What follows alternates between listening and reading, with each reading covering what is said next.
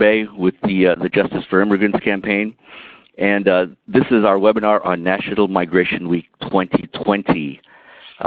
We have a couple of really outstanding folks in the field who are going to be presenting on this webinar. There are a couple of items I want to mention before we get started here. We have quite a few participants on this webinar, and we are unable to turn on your mics because there's just going to be too much background noise for you all to ask questions. So what we're going to do then is if you have any questions,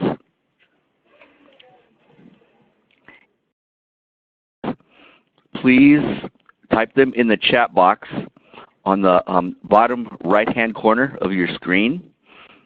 I just put on the first page of the presentation. Hopefully you folks see it.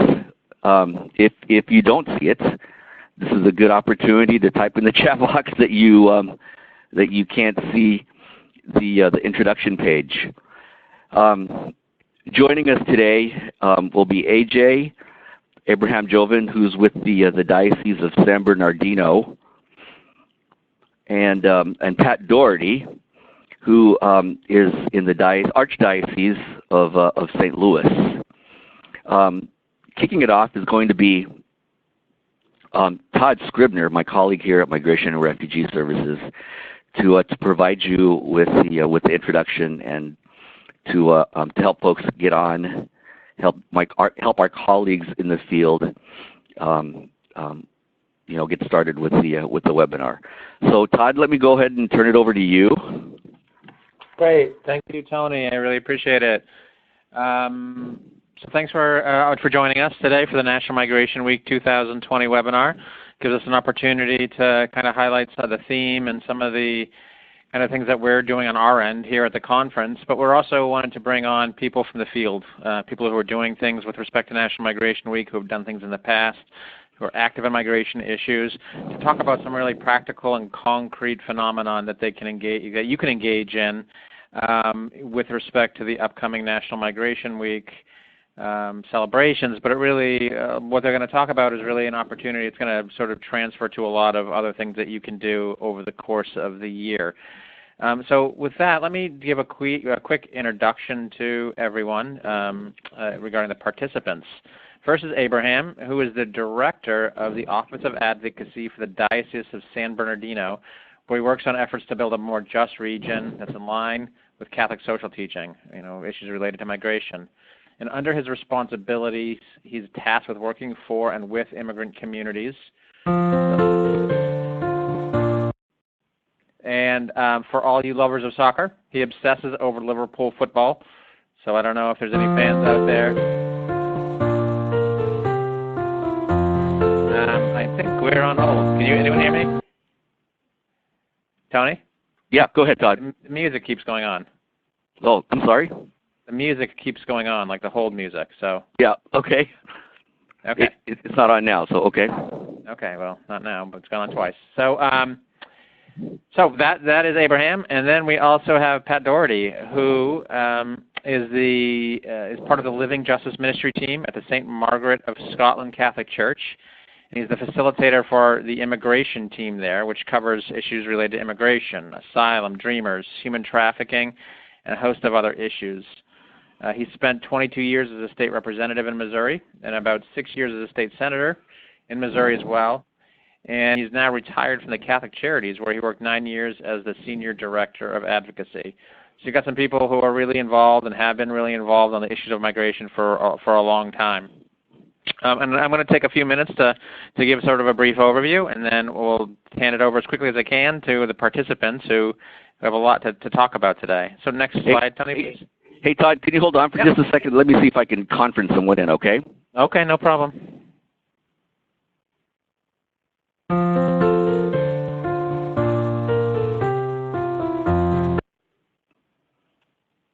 AJ, are you there?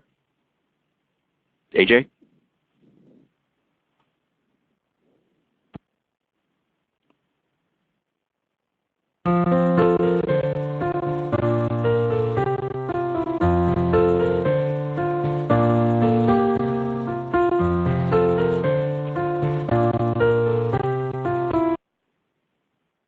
Todd, Yeah? go ahead. I'll change you to the next slide. Thanks. Thank you. Okay, cool. So I want to begin with the prayer for 2020 National Migration Week. I just got it approved. We just got it approved this morning, so I figured it would be a good opportunity to start with that. So, loving Father, we thank you for the gift of children and are grateful for the joy and love that they bring into our lives. We ask that you provide special protection for all children who face hardship. In particular, we pray for unaccompanied migrant children who are alone and without the protection of their loving family, for migrant children separated from parents who have been placed in detention, for those who have lost loved ones due to violence, and for those who are caught in situations of exploitation. Show us how we might provide to them some protection and comfort. Give us the wisdom to know how we can help. Open all of our hearts to immigrants and refugee children in need. Give us courage to stand up in their defense against those who would do them harm. We ask this through our Lord Jesus Christ, your Son, who lives and reigns with you in the Holy Spirit, one God, forever and ever. Amen. The Father, Son, Holy Spirit.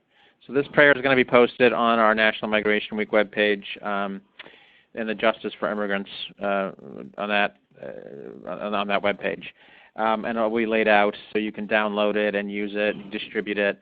I expect and hope to have that done, hopefully by certainly no later than the beginning of next week, if not the end of this week.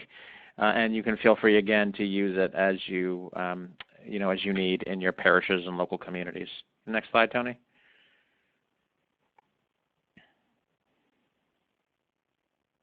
Tony. Go ahead, Todd. Next slide, please. Okay. Great. So National Migration Week 2020 will fall on January 5th to the 11th. The theme for this year's National Migration Week is promoting a church and a world for all. One of the things that has been pretty clear for anyone who engages in migration advocacy work is the kind of the ways in which migrants are often, further marginalized beyond sort of the normal times. There's fractures within the political community, in terms of the debates over migration. There's fractures within the church itself over disagreements related to migration.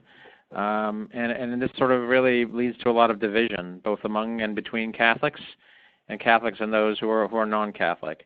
And so one of the things that we're constantly trying to achieve is creating a world and a church that is really meant for all, that it serves all, that supports all, that provides opportunities for all, and that limits the kind of dissension that too often pervades political discussion, social discussion, on these issues.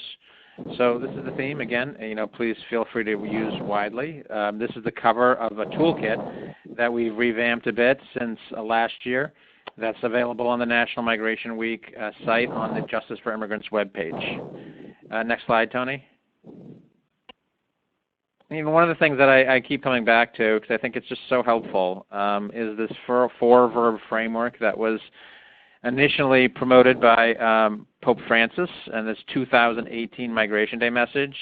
It's something that we're using more and more here because it is just so comprehensive, I think, in the way in which it addresses the call that we have to address migrants and the situations that they face, both before their migration journey and then throughout to their destination country once they arrive there. And it really, I think, feeds into this theme of creating a church and a world for all, or promoting a church and a world for all, because of the underlying point that it makes. That we're called to welcome migrants, we're called to protect migrants, we're called to promote the human dignity of migrants, and we're also called to integrate migrants upon their arrival. These different aspects, I think, are really helpful in fleshing out kind of the overall engagement that, Catholics are called to have with migrant communities. And so we have some resources, again, on our website that kind of further flesh out these themes. And we would invite, feedback as to how you welcome and protect and promote and integrate migrants in your local communities.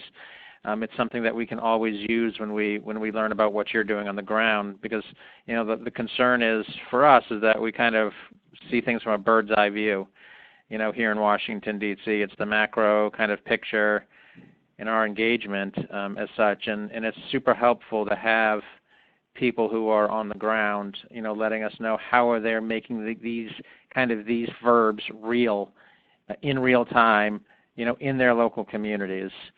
And so I would just urge you to, to let Tony know, to let me know, to let others here at the conference know what you are doing as a way, really, to help promote a church in a world for all people.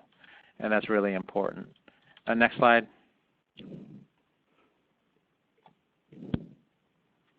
So I'm going to just close my brief remarks just to sort of point you again to the justiceforimmigrants.org website. It's under the Take Action column at the website under National Migration Week. We have, we're going to have a prayer. We have the toolkit. We have a number of resources that focus on accompaniment and on, holding events for youth.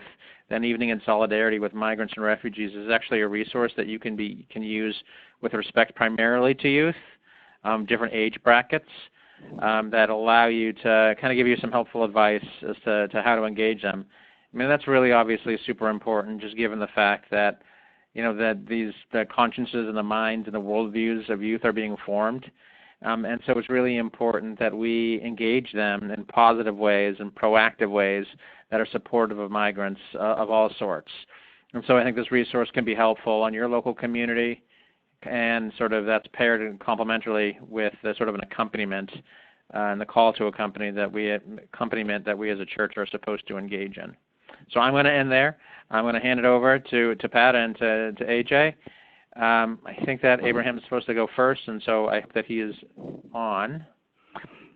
AJ, I'm going to go ahead and put you on, okay? Can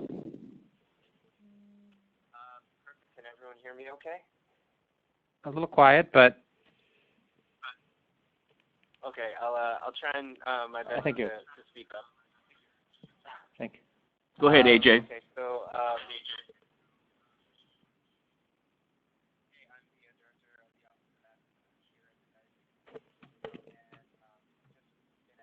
talk a little bit about our annual migrant mass and how we plan for that, because this is sort of our biggest event as it relates to the National Migration Week and sort of our work here in the diocese. And so I'll just kind of try and go through our process as to how we plan for this event, including a timeline at the end. So you can go ahead and advance to the next slide.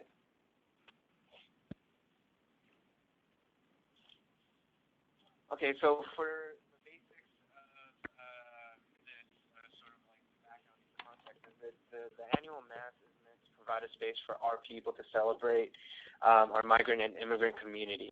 Again, this mass takes place every year. We try to time it to land at the beginning or the end of National Migration Week, which usually fits in with Bishop's schedule. So it's usually the second weekend of January. We've gone through a few different types of iterations, and I'll go through that a little bit. Again, the nature or the foundation of registration is meant to bring our immigrants together, and then hopefully also provide context. AJ, it's hard to hear you. I don't know if you can speak into the...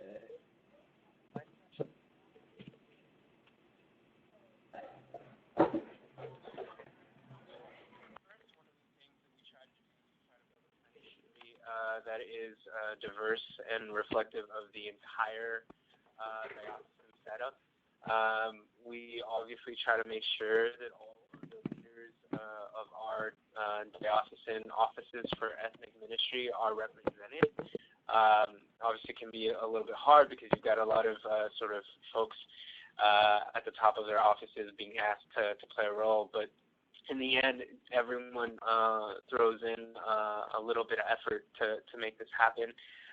We also have representatives from the Office of Worship, obviously, the Office of the Bishop as well, Office of Youth, and then also just a bunch of other areas of our diocese, folks who have either done it in the past or people who, as we've been doing this, I've been here in my capacity for about 3 years now, so this will be my my fourth migrant mass coming up. And so just the things that we've learned over the time that I've been doing this, and so we've had new people join this event and wanted to be part of the planning, and so we're really grateful for that. But again, we want to stress that it's really important to make sure to try and bring in a wide range of folks. It can be a little bit difficult to build consensus, which we'll talk about again a little bit later as we sort of get into the meat and potatoes of the mass. But it is really worthwhile to be able to bring as many folks at the table, and I think that intentionality is really important when doing this kind of work. Next slide.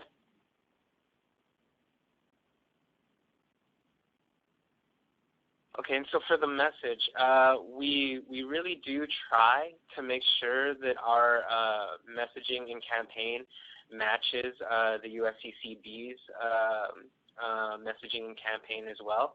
I don't believe in the last 3 years that we've been doing this that we've deviated from what the USCCB has made available on its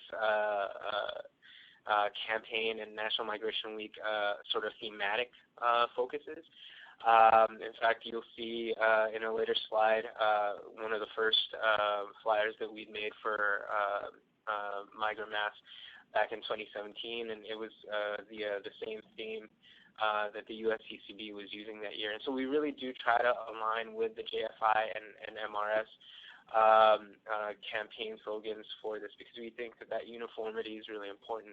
But then what we also try to do within the committee is make sure that our messaging and then the events that sort of surround the mass match that we're able to sort of sit inside of the narrative and the focuses that are being built at the national level and help that to filter down. We also use, again, why it's important to have a committee that is made up of various people, both at the diocesan level structure and then down at the parish level, because then we also get to workshop our messaging and sort of see how that message is being reached, and also if it's reflective of the realities and experiences of the people that we're trying to minister to and minister with. And so this is where we sort of get to sort of play thematically, and I think it's usually a lot of fun, but this is also, I think, where a larger committee might be a little bit of a challenge when it comes to sort of building consensus. But this is usually the part of the process that I enjoy the most, sort of trying to figure out the ways in which that we can use the USCCB's messaging as a platform for something that we can implement in this mass. Next slide.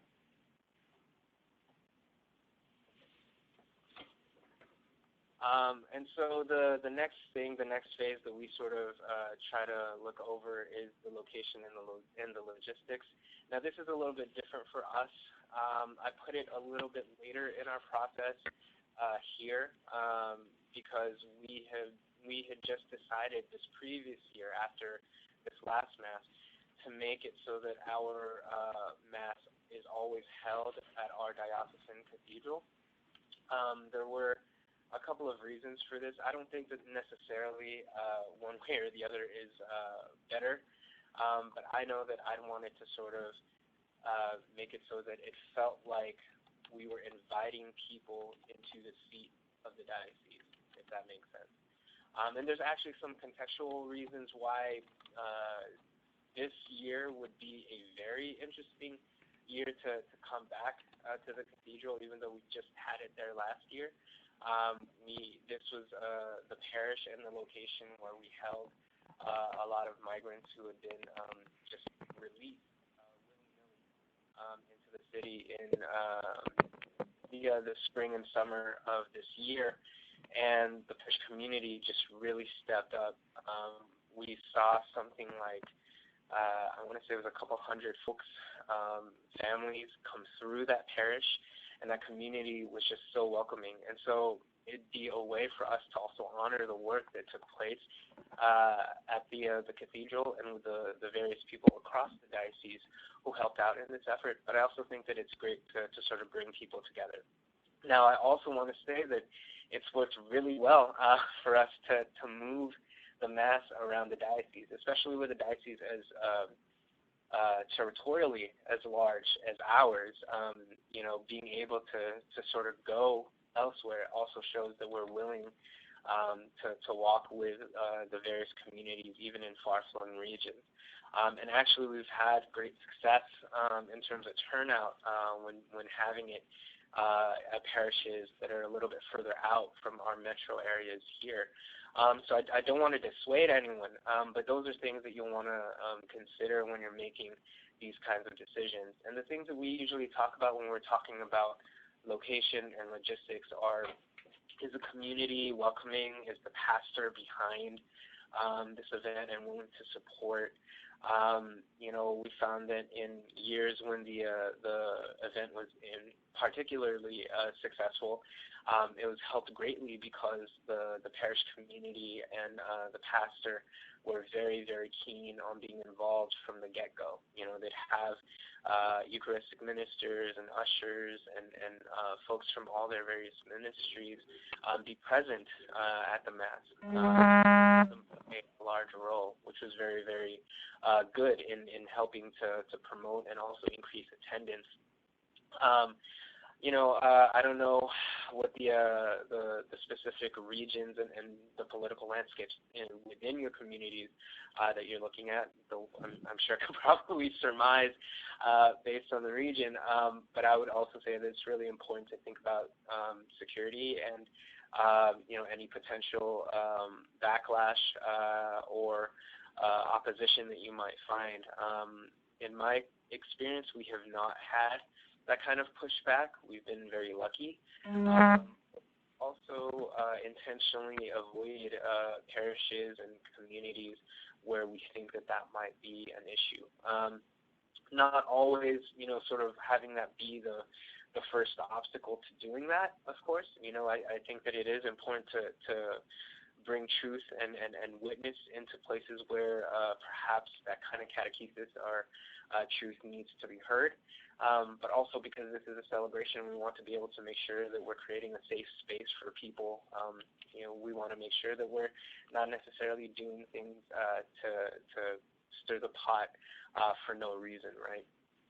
So those are some of the concerns that we usually have. And then obviously, we just want to make sure that if we're working with the parish community, that you get online with them as soon as possible. Assisting or making it easy to have it at a fixed location, that aids in us making sure that we're able to make a booking far in advance. This parish community now knows to expect this every year and that this is the event that we're going to have. So yeah, you can go on to the next slide. And so then this is the timeline. I just noticed a comment. I'll come back to that. That's a really good point there about it being late, but I do want to make a note about that, and I'll come back. And so just a really brief timeline. What we try to do is first we'll gather the committee, remind them that we've got the Mass coming up, and then usually at that first meeting we drop our first set of responsibilities. Who's going to grab the readers? What languages should those readings be in? Who's going to be responsible for reaching out to the various ethnic communities to make this happen, and various ministries too, because we want to have participation for folks from all across our various communities.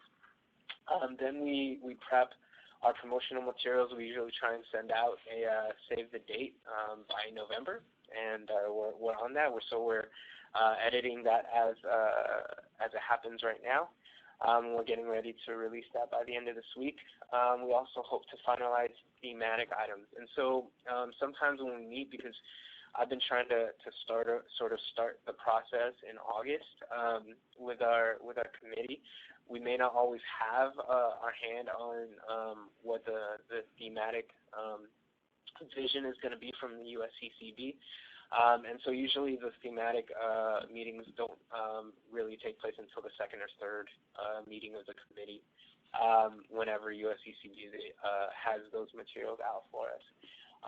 Then we meet with the parish community and line up partners in the area, and So, we try to make sure that we're able to get on board with the pastors and his staff to make sure that the parish community knows sort of what our needs are, and then how we can sort of work together to make sure that this event is a success. And then we promote. I probably get really, really annoying in terms of the emails that I send out and the flyers that we make, but those are that's sort of like the last piece of the puzzle for us. Todd, I know that you had indicated that we'll be taking questions. I don't know if I still have a little bit of time, but I'd like to tackle the comment about how late it is in the year to pull this off, if that's okay. Sure, yeah, that's fine. Yeah, go for it. Okay, thanks. So I just wanted to know, so I'd been in this role since September of 2016, late September of 2016, and I've overseen the migrant masses for 2017, 2018, and 2019. I did not start planning or working on that first migrant mass until mid-November of 2016, and so that was for the second Sunday in January. We didn't have a location. We didn't have anything. And so I know that it can be really daunting. It was my first one. I thankfully had a lot of people on hand who have been around. We've done this mass for, I think, about 10 years now, or 10 years up at that point. And so we had folks with some experience in doing this. And so I wasn't alone. And so I don't want to make it sound like it was some sort of super heroic effort. It wasn't. But what I am trying to say is that if you've got some connections, if you've got even a small parish that is willing to do this, and has do it, I think that it's entirely possible for you to pull it off. It's certainly a lot of work, but I just don't want to discourage anyone from thinking that it's too late in the season to get started. I think you can do it. And we were worried about turnout. We packed that parish. That parish could hold up to 2,000 people. We were worried about the community that parish was in. We didn't have any kind of problems. I don't know, I just feel like, it may seem very convenient, but I feel like the Spirit leads in this way. So I just want to make sure that folks know that I do think that it's possible if you've got a good team and a parish that's really open. So, yeah.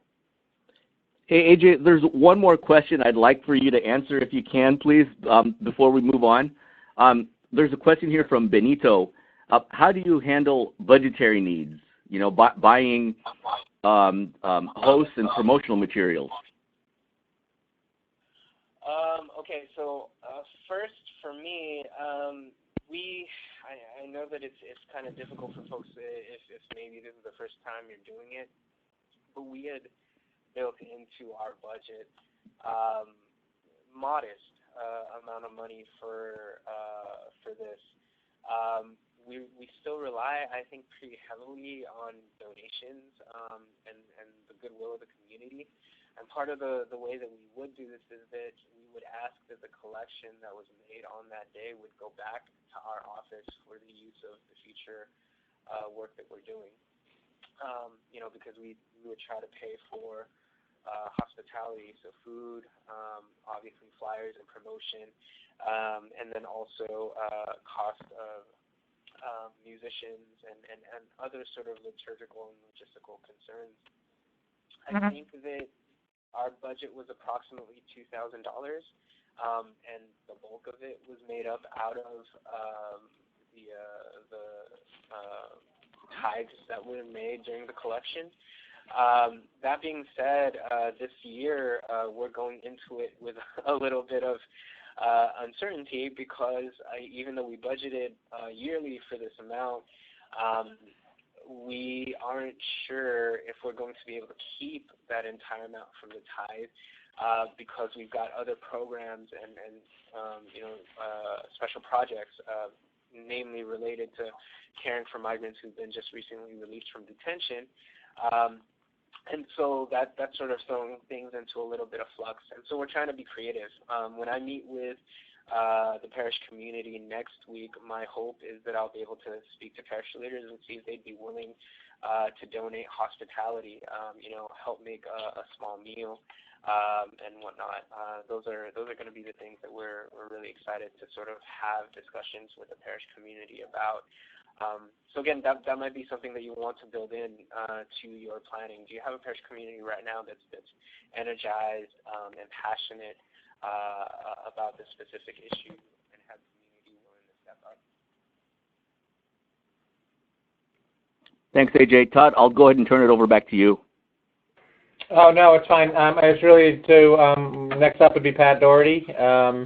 His slides open up next, so I just point over to him and take it over, Pat. Can you hear me? Yes. Perfect. We'll get the slides here.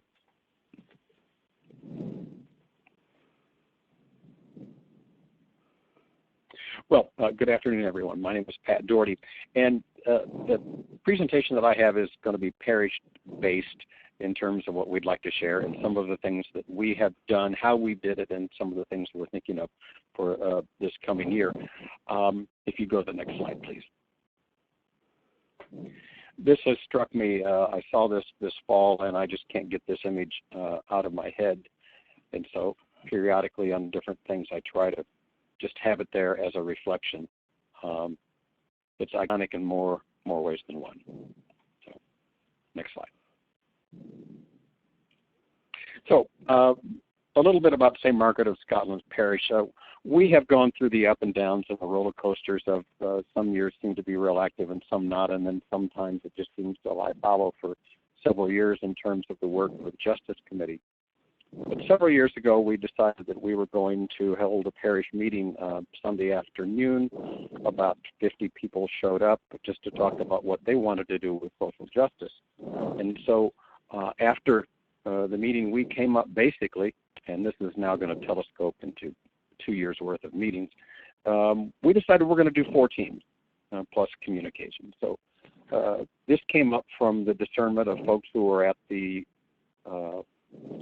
parish event, and we came up with there's a team of folks who really want to focus on care of creation, folks who want to deal with how do we engage our neighborhood around our church, folks who want to deal with racial equity, and then folks who wanted to deal with immigration, refugees, trafficking, and that is the team that I and about 7 others help facilitate, and our focus would be on trafficking and refugees and dreamers and issues at the border and separation and asylum seekers. And that's what we spend our year's worth of focus on. And there's about 7 of them who are in the process of meeting once a month. We meet for about an hour and a half and begin to plan, and then those of us then try to get others to help us throughout the year on some of the projects that we work on. But that's how we create our team. Pat, can I stop you for a second? Can someone, if anyone's unmuted, can you mute yourself? I think by *1. We're getting a little back noise. Besides Pat. Besides me, very good. Yeah. Okay, and there's that little slide that you see there, and at the bottom we have a communications team that actually is one person who helps us to promote via several vehicles, and I'll mention that a little bit later. We do have one addition to that, which is kind of in addition to the communications team, we have an advocacy corner where monthly we try to do some advocacy after the 2 main masses, and I'll mention that a little bit later. So it's kind of a team in formation. We're working on that.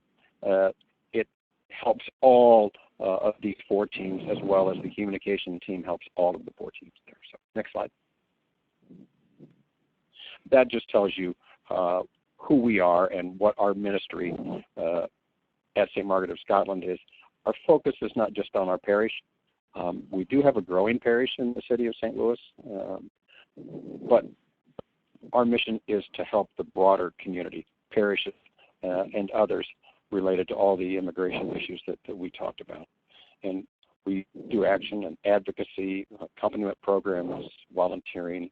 I suspect many of you do. So next slide.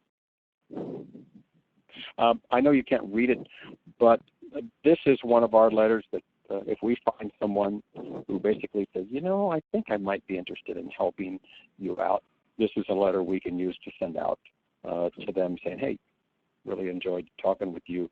Here's what we're all about. Hope you might want to enjoy and join our team to help us build the kingdom. Just an example of a letter we sometimes use to folks that have expressed an interest. Next slide. One of the things that we tried to do with our own planning team is to set out for us what we think we're going to be doing throughout the year, maybe some other things that are going on, try to get them on a working calendar for us. This was just an example of what we had for 2019. Includes team meetings, National Migration Week. We had a movie. As you move further into Lent, we tried to mention there's CRS stories that we wanted to promote as part of our efforts. The things in bold, the dark black print, are things that we actually did throughout at least the first half of the year. I have this sheet from earlier in the year. We did have things further on in the year, but we found that an awful lot of our work was basically May through June, and then starting up again in late fall. That's just an example of how we did it for our working committee. Next. This was created by one of the volunteers, and this was a bulletin insert at the beginning of the year. It basically tried to highlight the 4 or 5 things that we had listed for the parish to know ahead of time. So I think the first week of January this was inserted or handed out, and it offered the immigration team's programs for the first 4 months of the year, just as an example, for as a handout or a bulletin insert. Next. Just wanted to share with you, these are some of the things that we are doing or have done 2019. One of the DVDs that we found in the Just Faith program Exploring Migrations was One Border, One Body. We took that documentary and then had a viewing and a really good discussion. That was in January to kick off the National Migration Week. Just heading down real quick. St. Josephine Bakita, we focused on human trafficking. Dreams Die Hard was an actual program with a fantastic panel of about 6 people who addressed different issues related to human trafficking. After we put together maybe not the full Dreams Die Hard, which is another excellent DVD, but we had some clips, some promotion, some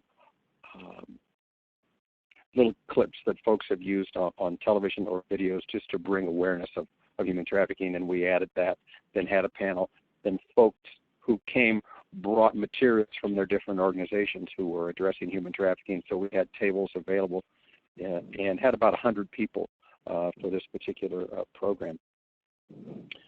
We have a program, an entity in town called Interfaith Committee on Latin America. They do tons of excellent trainings and programs throughout the year, and one of the things is an introductory to immigration, which they call Immigration 101, and they do it throughout the year. We had them come and say, well, what's really going on at the border? And as an example, they went back to Honduras as to what's going on there. Why are folks, as an example, from this country coming to our border? And then we connected it locally. We have a gentleman, Alex Garcia, who has been 2 years in sanctuary at a UCC church in St. Louis. And we tried to tie that all together and then offered folks some opportunity as to how they can get involved. We have an entity in St. Louis now called Welcome Neighbor STL, and it does an awful lot with immigrants and refugees. And one of the things that they do is they offer dinner. It is a dinner. You pay for the women to come in. They'll prepare, in this case, a Syrian dinner, which was outstanding and a ton of food. But that's their business. They'll do it for 20 people. They'll do it for X number of people. And it's their way of being able to share about their story, but also in order to earn a living. And we had about 130 folks attend that. Again, these are for our parish, neighboring parishes, and anybody who we think, well, we want to invite, which is the broader community. We've offered the Just Faith program, Exploring Migration, excellent. We assist in preparing meals. We involve school children in collecting shoelaces and belts for a Catholic charity shelter in Laredo, Texas. And then we just finished up the very last thing with Keys to Asylum, which was a fascinating program. These are examples of some of the things that our little team plans. Then we try to bring other parishes to help us along the way. Can you do this? Do you want to do that? Do you have an idea? Can you bring food? We all try to increase the number of folks involved. And it's not just for our one little parish. Next slide. That is a quote that I pepper my things with quotes. I hope folks enjoy that. It just, sometimes it's not for anybody else other than to remind me. Next. I want to show you just a series of flyers that we created that somebody with talent has done. I'll show you the one without talent in a minute. But this was one of the programs that we had a couple years ago at the beginning of the year. Do you have room? Taken from, obviously, our nativity narratives, and invited folks who were part of the International Institute who are refugees to come and talk about their experiences. Next. This is what you get when you have me try to do a flyer, and I don't know anything about PowerPoints and Publisher or Adobe Acrobat. But my point is, it doesn't really matter. Even if you don't have somebody professional to create your flyers at the parish level, you can still get something out. And this was a handout that we had. Next. We have an accompaniment program. The Interfaith Committee on Latin America does a training. And we have people, asylum seekers here in our city, who have appointments with ICE or with the for-profit company that deals with the ankle monitors. And they come and they do a program, they do a training, and folks, if they want to sign up, they get an email and they'll respond and try to accompany those folks to either the ICE office or to the for-profit company. This was sponsored by, as you can see, a number of different parishes. And we promote heavily. And so in this particular one, we had it in the school cafeteria. About 100 people showed up. And I'm told afterwards that maybe 10 or 15 of those folks decided, yeah, they can offer their time to be a person who accompanies another. Next. Another program that we did, and I think I mentioned it earlier, was the human trafficking program. This was one of the flyers that was designed, and we used just as an example to show you our promotions that we do, which is through newsletters, emails, the parish websites if they have any, and then I'll tell you about another program of distribution we have in a moment. Next.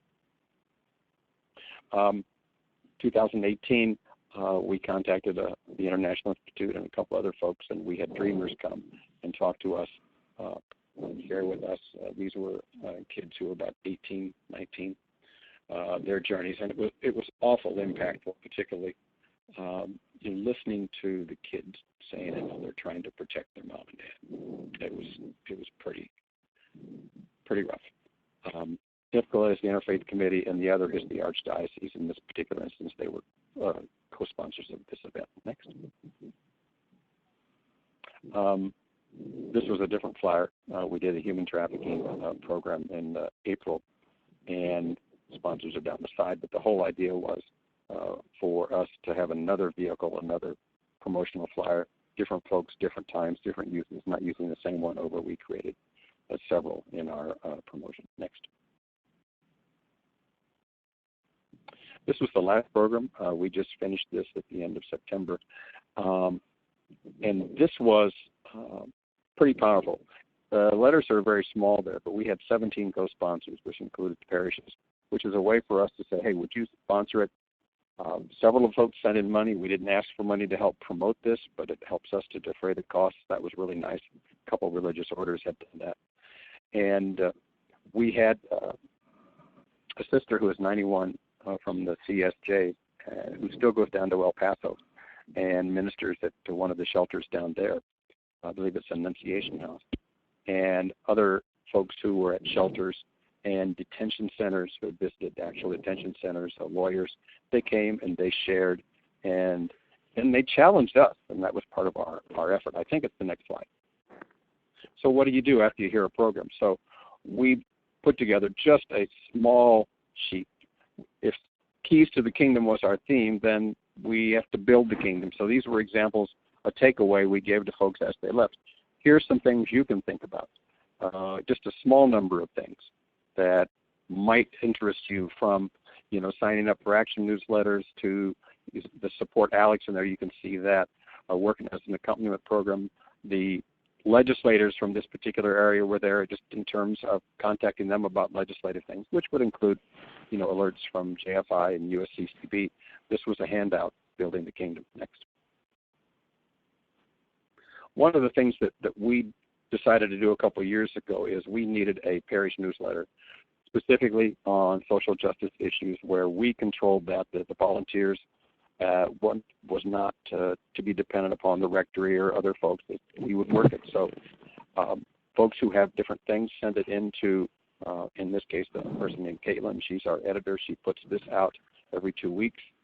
And there's usually 7 or 8 different programs. You can see time, date, place. Sometimes there's a link for further information. And those are the types of things that we try to promote,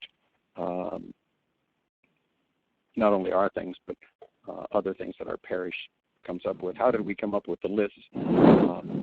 We don't have a parish list that anybody gives us, but after every event, we actually ask people to come, to sign in, and let them know, unless you tell us, we're going to add you to our parish mailing list, and you'll be getting information every 2 weeks about things that either we're doing or going on in the community. Next.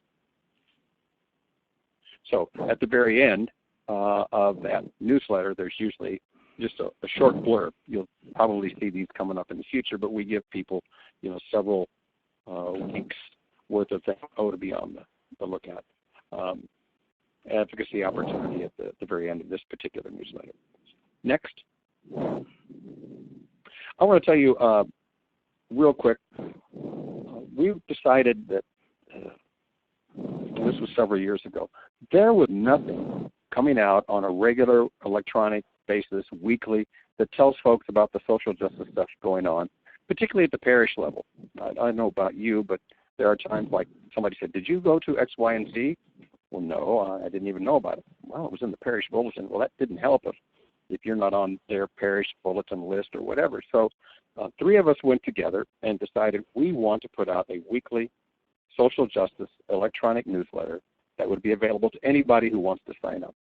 So we went, figuratively speaking, knocking door to door, raised $7,000, and made an effort to hire an editor to weekly put things together for us. We were very fortunate. We approached Fontbonne University and had a meeting with the president of the university. He said, I'll be your partner. So from then on, we gave the university the $7,000, and they are paying the editor, and we're running the IT stuff through them as well as the payroll, and it is amazing. The Seeds of Justice is a sign-up, and every Friday morning there will come out a newsletter. Next slide. And this is the beginning of the newsletter. We always start off with a particular reading, a column, an article, a program, and then we go through with different opportunities throughout the next couple of weeks. This one, as you can see, the pastoral letter to the people of God in El Paso was the opening reading, and then local events, you can see there, Mental Health Matters. Next slide, please. And then throughout, maybe sometimes there's 10 or 15 or 16. It's just a blurb. Here it is. Here's what it is, time, date, place, and we click for more. So we were so fortunate to be able to have folks who not only gave us money, but we have someone that we pay weekly, and they put this out. And it is one of the most well-received things I think we have done. There's probably 1,000, 1,100 now on our weekly mailing list. And we encourage parishes, universities, religious orders, non-for-profits to send us things. On this one, you can see at the top, that's St. Mark's Episcopal Church or Martin's Episcopal Church. There's a university. There's a high school. There's the Jewish Community Center. So folks who send us social justice stuff, it's a real good way for us to collaborate with the broader community. One of the things that Tony and Todd had asked is, what are you going to be doing next year? Our January program is to hopefully be determined next week. One of the suggestions that we think we might start off with is there's a local program. that's with refugees in the high school level from all different countries. And it's a special, very intensive thing, and they made a documentary about it called One Day. So we may be starting our National Migration Week off with that and maybe a dinner the same night. And then we're planning throughout the rest of the year, we're going to do a Migration 201 instead of 101. We're going to do another accompaniment training program. We're going to do another dinner. And then during Lent, we may bring in some type of a guest speaker or a book read. Those are the types of things that we're thinking of right now. Next slide. One of the things that we try to do, and we have an advocacy corner after the 8 and 10 Mass once a month. And it started off with doing the offering of letters with Bread for the World. And we decided that's just not enough. So every month we have a couple volunteers. After our 8 and 10 Mass, they go down. We have letters and stamps. We have samples already typed up or written. We have postcards. We have paper envelopes. And people sit down and write a letter about the particular topic that month that one of the Living Justice Ministry teams is asking folks to do. And frequently it is immigration issues that we write about. But it's an opportunity. We've regularized it, if that's a word, and have an opportunity for folks. We sometimes have 10. Sometimes we've even had as many as 80 or 90 letters, depending upon the interest of folks. And we do this on a regular basis, certain Sunday of the month, every month. And it's an opportunity for folks to in their own way, make a difference. We call it our advocacy corner, and those are the types of things that we do. And action alerts from JFI would be one example. Next. I just couldn't pass this up. I saw it this week. Maybe it's just because it's Halloween, but I looked at the quote and it's like, yeah, that's basically it. Next slide, Pat. Next and last slide, I think it is. I just wanted to leave you with this.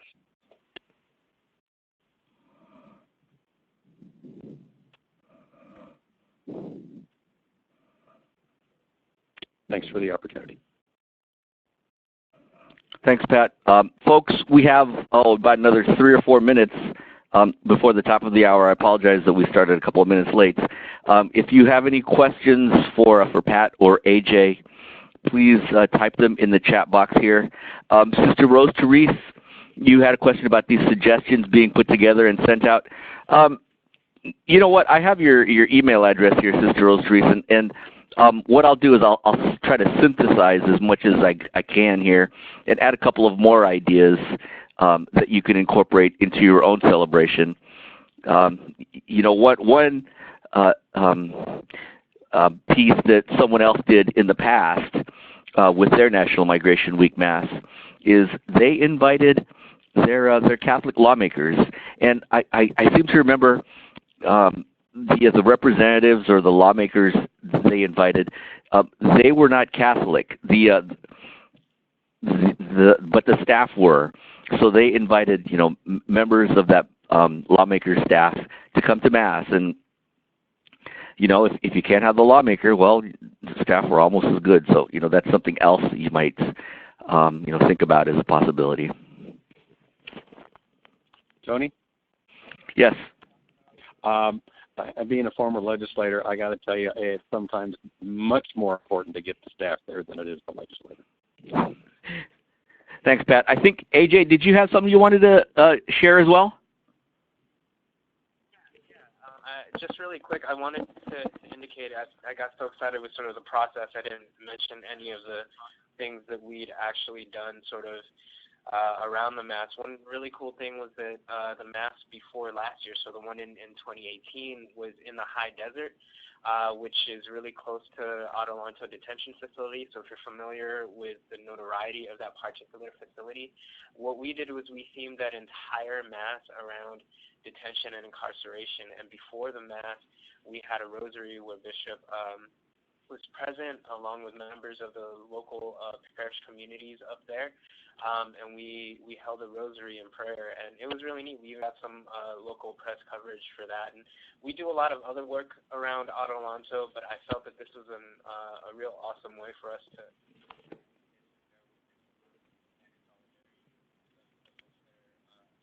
Tony?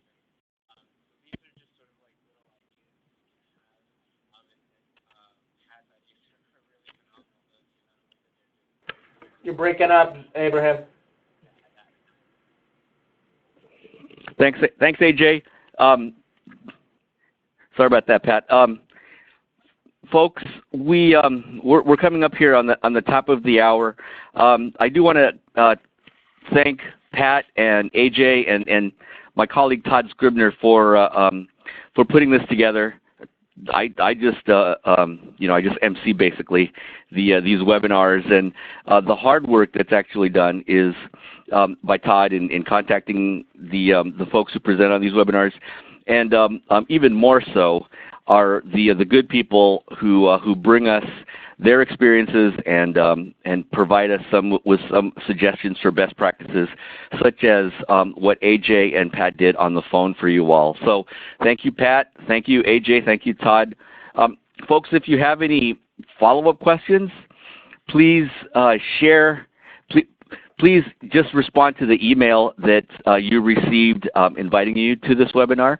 And if you want copies of the webinar, if you want to listen to the recording again or see these PowerPoint slides, they'll be available on the JFI website tomorrow. Or you can send me an email. I'm going to type it into the chat box here, and I'll be sure to send you the webinar link and the slides myself. Okay? Thank you, everyone. Thank you, Pat. Thank you, AJ. Thank you, Todd. Thank you all. Have a good one. Thank you. God bless. Bye-bye. God bless.